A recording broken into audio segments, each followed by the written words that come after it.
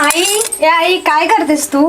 काय नाही ग, काम करते. बोल ना. अगं माझं एक काम होतं जरा तुझ्याकडे. काय?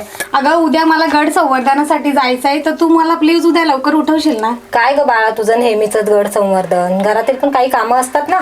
अगं आई, मी माझी सगळी कामं करून जाते, तुला तर माहीतच आहे ना. आणि गड संवर्धन हे रविवारीच असतं. एक काम करशील का आई? उलट यावेळेस तू पण चल आमच्या सोबत, आपण दोघी एकत्रच गड संवर्धन करू.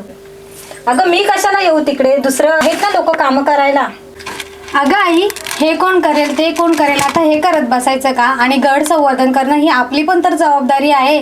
महाराजांच्या काळात कितीतरी मावळ्यांनी रक्त सांडलं, मग आपली जबाबदारी नाही का आता गड संवर्धन करायची?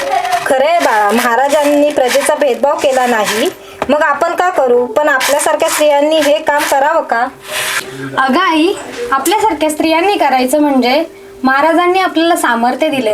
त्यांच्या काळामध्ये राणी ताराबाई, उमाबाई दाभाडे यांनी शस्त्र उचलली, आणि आपण साधं गड संवर्धन सुद्धा नाही करू शकत का? खरंय बाळा, आपण हे का विसरतोय? महाराजांनी गड आपल्यासाठीच उभारले आहे, त्यांची काळजी आपणच घ्यायला हवी. खरंच? चल तर मग आई, तयार आहेस ना? यावेळी तुझ्या हातून सुद्धा गड संवर्धन होईल आणि तुझ्यामुळे इतरांना सुद्धा प्रेरणा मिळेल. हो ग, यावेळेस मी पण तुझ्या सोबत येते. आपण दोघी मिळून हे शिवकार्य करू.